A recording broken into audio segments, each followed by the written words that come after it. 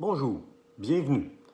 Alors nous sommes rendus à la 10e capsule de vidéo et nous allons voir ensemble les moyens efficaces, en tout cas quelques moyens efficaces d'atténuer la souffrance, notre souffrance.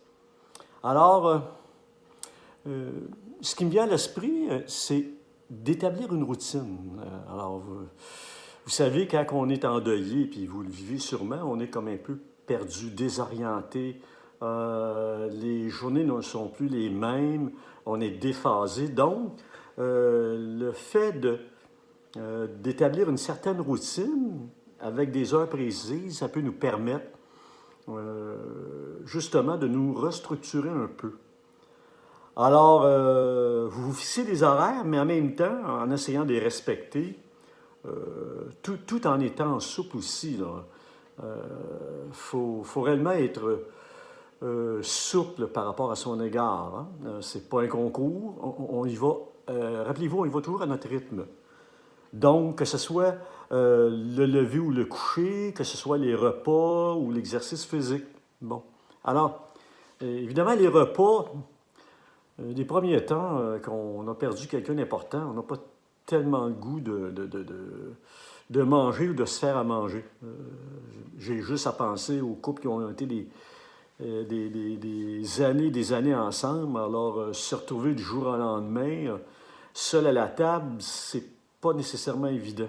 Donc, essayez, malgré tout, de maintenir 3 repas par jour. Des protéines, le corps a besoin de protéines hein, pour continuer à fonctionner. Si c'est trop difficile, bien, des suppléments vitaminiques ou des liquides, ce qu'on peut appeler les boosts. Là, hein. Bon, au moins, nous donner des protéines pour être capable de continuer à ce que le corps fonctionne. On a besoin aussi de périodes de repos. Donc, prenez-les ces périodes-là. Et surtout, ne vous sentez pas coupable. Le deuil est un événement majeur, est un événement difficile, c'est épuisant. Donc, se donner le droit de se reposer permet juste de rétablir un peu plus l'énergie. Aussi, je vais aborder toute la notion de pharmacologie. Bon, oui, je sais, beaucoup de gens n'ont pas beaucoup d'intérêt à vouloir prendre une médication. Puis je peux les comprendre. Hein. Alors, il y a tous les effets secondaires possibles. Les gens craignent, et à raison, de devenir dépendants de ces produits-là. Donc, ils n'ont pas nécessairement tort, mais, il y a un mais, quand vous souffrez trop, quand vous n'arrivez plus à fonctionner, quand au début, avoir des troubles de sommeil, des problèmes de sommeil, c'est un peu normal au début de la perte, au début du deuil, mais si ça se prolonge, on n'arrive plus à dormir, on s'alimente moins bien et ça perdure dans le temps. Alors, voyez-vous, ça, c'est tous des drapeaux rouges pour vous signaler qu'il faut réellement intervenir à ce ou ces niveaux-là. Alors, ne restez pas dans cet état-là et je vous prie, allez consulter. Allez consulter un médecin. Il va voir avec vous qu'est-ce qui est le mieux pour vous aider à atténuer ces aspects-là, on pourrait dire ces symptômes-là, pour vous permettre de vous dégager un peu intérieurement, vous donner un peu plus d'oxygène, et à ce moment-là, être plus en mesure de travailler sur votre deuil. Hein? Donc, il n'y a pas de médicament miracle, là, on le sait. Mais pour moi, la médication, je vois ça comme un levier. Hein? Bon, alors quand la charge est trop pesante, alors j'ai besoin d'avoir un levier pour être capable de lever cette charge-là. Alors, c'est un peu ma vision de la médication. Et si vous commencez une médication, puis qu'il arrive que vous ayez des effets secondaires, bon, bien évidemment, en tenir compte. Et si vous avez moindrement des questions par rapport aux effets secondaires, vous avez des doutes, ça vous inquiète, écoutez, il y a un professionnel qui est tout désigné, on n'y pense pas tout le temps, on n'a pas ce réflexe-là. Ce sont nos chers pharmaciens.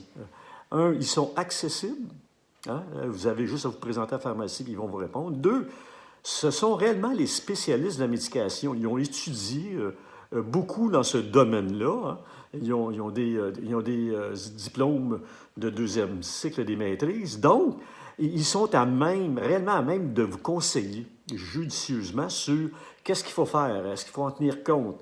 Ou tout simplement, ils vont peut-être vous dire, recontactez votre médecin parce qu'il semble que la médication que celui-ci vous a prescrite n'est peut-être pas appropriée pour vous. Hein. Donc, pharmacien, ne pas les oublier.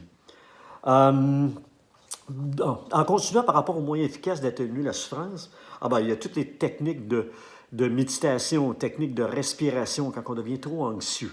Alors, il y a sur le marché d'innombrables livres, bouquins, des CD de méditation pouvant vous aider à calmer votre esprit, hein, parce qu'on le dit, hein, des fois, les pensées se bousculent. Donc, technique de médication, technique de respiration. Il y a aussi la cohérence cardiaque, qui est une façon de respirer et qui fonctionne assez bien. Alors, allez sur YouTube, là, cohérence cardiaque, vous allez voir, c'est quand même assez efficace. J'aime aussi une technique que je propose et qui semble réellement bien être efficace par rapport à notre souffrance, c'est l'écriture. Je crois réellement beaucoup à l'écriture. Pour moi, l'écriture est réellement un élément thérapeutique important. Alors, quand vous êtes rempli de questions, d'interrogations, d'inconnus, quand vous avez cette détresse qui est en vous, cette émotion qui revient souvent, alors, allez vers l'écriture. Hein? Alors, allez dans un endroit calme où vous ne serez pas dérangé, vous fermez les téléphones, soi-disant intelligents. Alors, vous arrangez un petit milieu où il y a beaucoup de douceur et de calme. Vous sortez vos papiers, vos crayons et vous commencez à écrire. Alors, c'est pas un concours, peu importe la syntaxe, les fautes, c'est pas ça qui est important. L'important, c'est que ce que vous vivez à l'intérieur de vous, vous l'écrivez. En fait, vous l'exprimez. Alors, ça ne reste pas à l'intérieur de vous. Ça permet d'avoir une distance. Bon.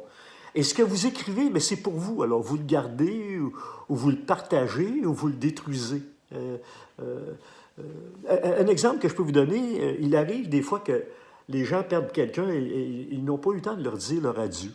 Alors, ce que je leur propose, c'est d'écrire une lettre à la personne qui n'est plus là. Ça semble étonnant là, au début, mais c'est très libérateur d'être capable d'écrire ce qu'on n'a pas pu dire. Hein. Alors, vous allez voir, ça soulage. C'est un exemple.